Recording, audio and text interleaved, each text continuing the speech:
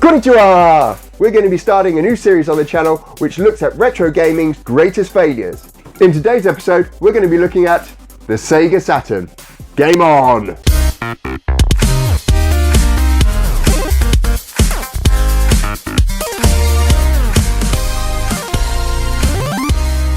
So during the 16-bit console wars, I was a die-hard Sega fan. I had a SNES and a load of games for it, but when it came to my main source of gaming, I was all about Sega. I bought the Mega Drive, the Mega CD, and the 32X.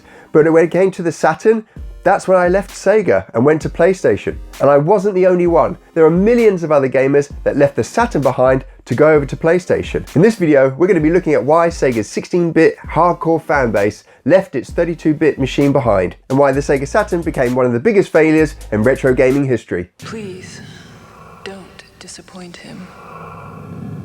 He doesn't like that. Now, I didn't pick the Sega Saturn up at launch. I actually picked it up about 6 months afterwards, and it's probably the smallest games collection I have within my whole retro gaming collection, and definitely within my Sega games collection. So I picked up games like King of Fighters 95, Burning Rangers, Wipeout, Wipeout 97, Sega Rally of course, Virtua Fighter 2, Shining Wisdom, Shining Force 3, Shining the Holy Ark, Knights, and Tomb Raider. Now, a lot of people put the failure of the Sega Saturn down to a single event that happened at the first E3 in 1995. But actually, I think it goes a lot deeper than that. And we're going to be exploring three aspects of the Sega Saturn's launch that absolutely were catastrophic decisions for Sega. That's games, hardware, and consumer perception. Now, Sega did an amazing job at coming back at Nintendo in the 16-bit era. They took on a strategy that saw them taking their strongest arcade titles and porting them over to the Mega Drive. Not only that, they had an amazing sports lineup, with EA supporting them, third-party support, all the major sports covered. It was known as the sports console of the 16-bit generation. It also spawned a number of original arcade-like titles like Streets of Rage, Sonic the Hedgehog, and Phantasy Star. What Sega had done for the Sega Mega Drive and the Sega Genesis was amazing, and should have lined them up an absolutely fantastic 32-bit generation.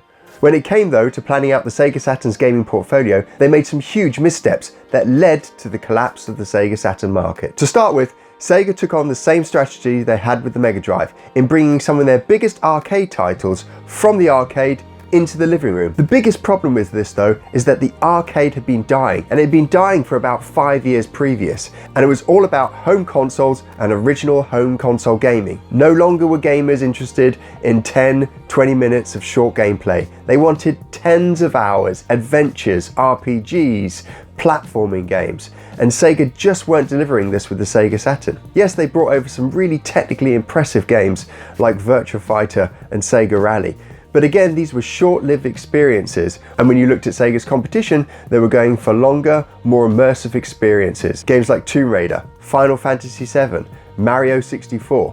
All of these games kept gamers at their console and retained for hundreds of hours, whereas Sega's arcade titles only kept the gamer engaged for 20 minutes, an hour at a time. Now, if this reliance on an arcade genre that was already waning wasn't bad enough, Sega didn't bring across any of their major new franchise IPs from the Sega Mega Drive. I mean, none of them. There was no Streets of Rage, no mainline Sonic game, and what happened to Phantasy Star, one of the greatest RPGs to come out of the 16-bit era? Next up on the path of self-destruction for Sega and its Sega Saturn, we have the first E3. Come, look into the world of Sega Saturn. Virtua Fighter! Sega had its game plan ready for launch. They had declared that Sega Saturn Day would be the start of the 32-bit gaming revolution for gamers. The production lines were humming with brand new Sega Saturns coming off the line ready for sale, and retailers were preparing for one of Sega's biggest launches. However, Sega were panicked. The previous November, Sony had revealed that they were going to be releasing their new gaming console, the PlayStation. It was a 32-bit gaming machine capable of true 3D graphics. Sega were convinced that they had to get to market before the PlayStation. And so, on May the 11th at E3, Tom Kalinske took to the stage before Sony's press conference and announced that the Sega Saturn was going to be released early. And in fact, consumers could go to the store on that day and buy the console for $399. This announcement was a complete surprise to consumers and retailers, but Sega were convinced that this shock tactic announcement would propel their machine to the front of the sales charts. But the decision was a mess. Only a handful of retailers had machines, cutting out other big retailers like Walmart, and half of Saturn's launch window games were still in QA, meaning that there were only a handful of games ready for this early launch window. It would take months before Sega could bolster its gaming catalogue, and even longer before demand for hardware could be met, by which time spurned retailers had shifted shelf space elsewhere. What made matters even worse for Sega was only minutes later, at the Sony press conference, this happened. Sony Computer Entertainment President of America, Steve Reyes, join me for a brief presentation.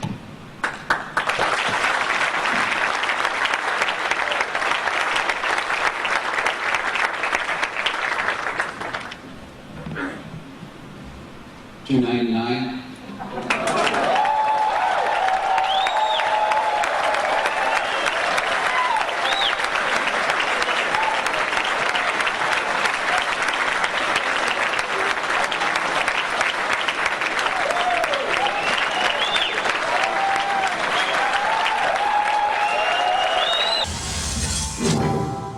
So we've seen how a poor gaming portfolio strategy hurt Sega's ability to bring players from the 16-bit console over to their brand new 32-bit Sega Saturn, and how poor strategical decisions put them on the back foot for launch. In this final section, we're going to be talking about how poor hardware decisions before and during the release of the console were the final nail in the Sega Saturn's coffin. Now, the Saturn wasn't Sega's first 32-bit console. That crown rests firmly on the head of the 32X, an add-on that sat on top of the Mega Drive and Mega CD that delivered 32-bit gaming to Sega fans. But the 32X would be a thorn in Sega's side and its new Sega Saturn in more ways than one. At the release of the Sega Saturn, Sega fans were suffering from hardware fatigue. There was the Mega Drive, the Mega CD, the 32-bit console, the 32X, and now the Saturn. To make matters worse, Sega had released two 32-bit consoles within 6 months of each other, with the 32X and the Sega Saturn. Even worse, in Japan, the 32X was released 2 weeks after the Sega Saturn. This fractured Sega's customer base, its games development across first and third party, as well as reducing its marketing impact it had. Nintendo and Sony had a single message to sell, and a single product in market. Sega's 32-bit console woes didn't end there. Both the Sega Saturn and the 32X also shared the same chip architecture. Sega's goal here was simple: make an ecosystem that could see games working on both systems and reduce the manufacturing costs. Unfortunately though, what it actually led to was a shortage of the Hitachi SH2 processor, which meant that manufacturing of both consoles slowed dramatically. And Sega's problems with hardware didn't end with its two consoles. Whilst the Sega Saturn was still in the prototype phase, Sega of America approached Sony PlayStation about creating a 32-bit CD-based console for them. However, Sega of Japan were having none of this and killed any hopes of a deal instantly, citing Sony's inexperience in the console manufacturing market, leaving Sony to go it alone. Silicon Graphics also offered to work with Sega with its new energy-efficient chips. However, Sega declined the offer because they thought the cost was too high and that the size of the microchip was too big. And ultimately this chip ended up in the Nintendo 64. The Sega Saturn nightmare didn't end there.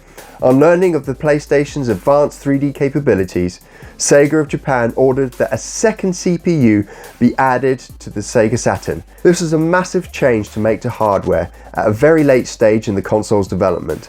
And this new dual CPU architecture would make it extremely challenging for developers to get the best out of the console.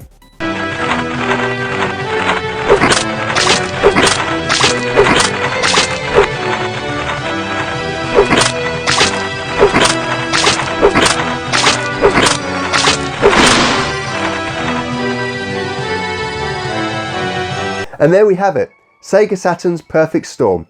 It failed with its games catalogue, connecting with consumers and retailers, and in its hardware strategy. The Sega Saturn would become one of Sega's worst selling consoles, selling only 9.26 million copies. Put that in perspective, the Master System sold more, as did the Wii U. And some would say that those early decisions with the Sega Saturn that lost them that huge market lead that they had with the Mega Drive and Genesis were the reason the Dreamcast failed, and ultimately their exit from the console hardware market. Hey, if you want more retro gaming goodness, then why not subscribe to my channel by clicking on my little pixel head below.